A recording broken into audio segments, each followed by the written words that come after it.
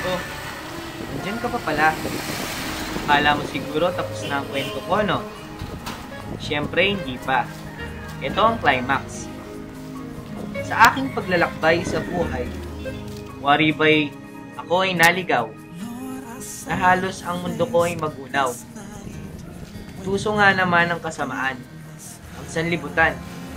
Patitikman ka sa kanyang karangyaan, pagkatapos ay ibabaon ka sa kabiguan. Kung sasabay ka sa ikot nito, hindi ka na makakawala dito.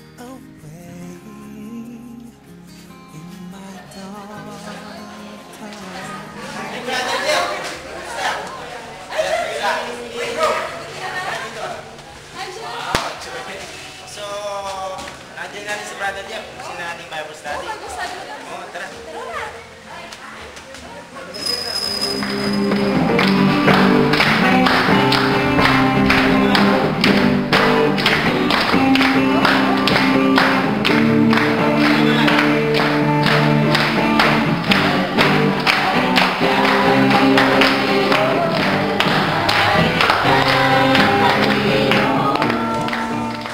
So, bagong lahat.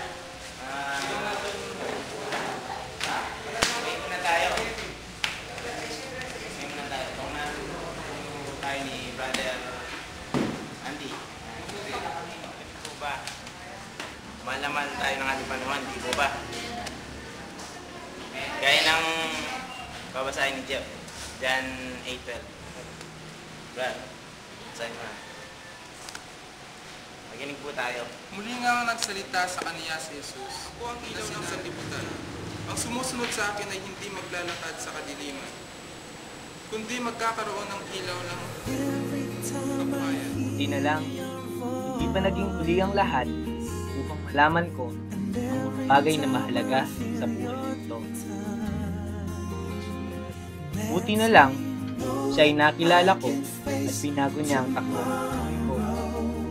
Sa kabila ng maraming kasalanan at kapalpakan ko, pinatawad at minahal pa rin niya ako.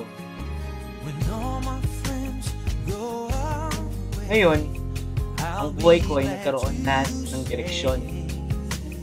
Sa tamang landas hanggang sa matapos ang panahon.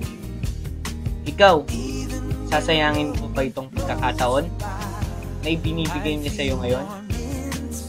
Buhay mo'y bigyan ng direksyon upang buhay mo'y hindi maging patapon. Hahayaan mo na lang bang masayang ang buhay mo? Hahayaan mo na lang bang paglaruan ka ng sanlibutang ito? Kailan ka pa magbabalik sa tamang landas?